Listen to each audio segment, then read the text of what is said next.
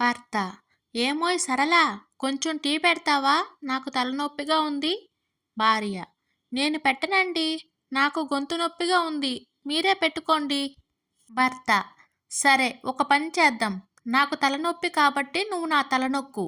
నీకు గొంతు నొప్పి కాబట్టి నేను నీ గొంతు నొక్కుతాను. సరేనా? రమ, రవి అనే భార్యాభర్తలు ఉండేవారు. వాళ్ళ ఇంట్లో దొంగలు చొరబడి వారిని కట్టేసి సొత్తు మొత్తం ఖాళీ చేసి తిరిగి వెళ్ళిపోతూ వారి వద్దకు వచ్చి దొంగ ఇలా అంటాడు: ఇప్పుడు మిమ్మల్ని ఏం చేస్తామని ఊహించుకుంటున్నారు? రమ: కట్లు విప్పేసి వెళ్ళిపోతారు. మేము పోలీసులకు ఫోన్ చేస్తాం అనుకుంటున్నాం. రవి: మా ఆవిడ నోరు మూసేసి మీ చేతిలో కర్రతో 4 ఇచ్చి మాట్లాడకుండా మూతి పగలగొట్టి ఓ వారం రోజులు లేవకుండా చితక్కొట్టి వెళ్ళిపోతారు అనుకుంటున్నా. పెళ్లి కోసం ఎన్నో ఏళ్లుగా ఎదురుచూసిన వెంగళప్పకి ఇన్‌స్టాలో ఒక అమ్మాయితో పరిచయం, అది ప్రేమగా మారి పారిపోయి మరీ పెళ్లి చేసుకునే స్థాయికి చేరింది. అంత కష్టపడి పెళ్లి చేసుకుని శోభనం రోజు ఆమెను దగ్గరికి తీసుకుంటూ, "నువ్వెంత అందంగా ఉంటావో తెలుసా బంగారం? కానీ ఇప్పటి వరకు ఒక్కసారి కూడా ఎందుకు మాట్లాడలేదు? సర్లే చెప్పు, మనం హనీమూన్‌కి ఎక్కడికి వెళ్దాం?" అన్నాడు. దానికి ఆమె, "ఒత్తే వాళ్ళం దెమ్ము తాత్నీలు వెళ్దాం.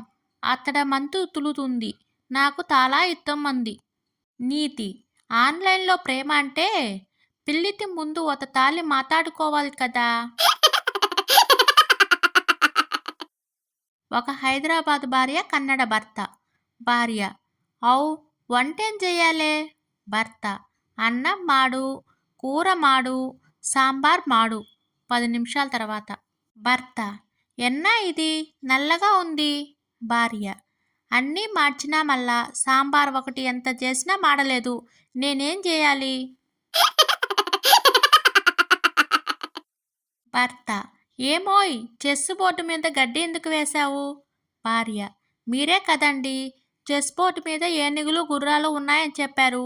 వాటికి ఆకలి వేస్తుందని గడ్డి వేశా. భర్త: ఓ, మరి దాహం వేస్తుందేమో నీళ్లు కూడా పెట్టలేకపోయావా? భార్య: సారీ అండి, మర్చిపోయా.